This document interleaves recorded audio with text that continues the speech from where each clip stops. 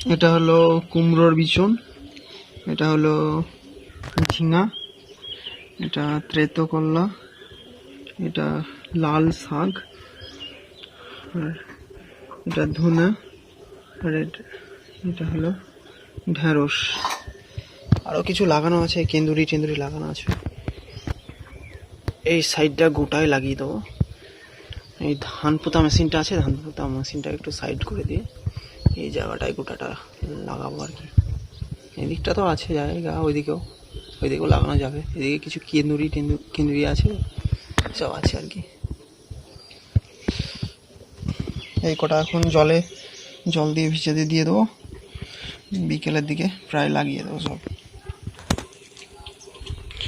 বাড়ির উঠোন যদি থাকে, বাড়ির উঠোনে সবজি চাষ করা সব থেকে বেটার, শুদ্ধ পাওয়া যাবে আর কি, কীটনাশক না দিয়ে।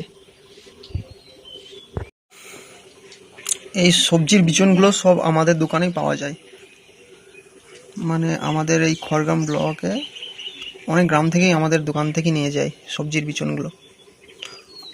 আরও কিছু বিচন আছে সবজির, সেগুলো এখনও প্যাকেট কাটা নেই, অল্প অল্প নেব তো সেই জন্য নিয়ে আসিনি। ওগুলো পরে নিয়ে কাটা যদি থাকে, কাটা যখন হবে তখন আবার নিয়ে আসবো।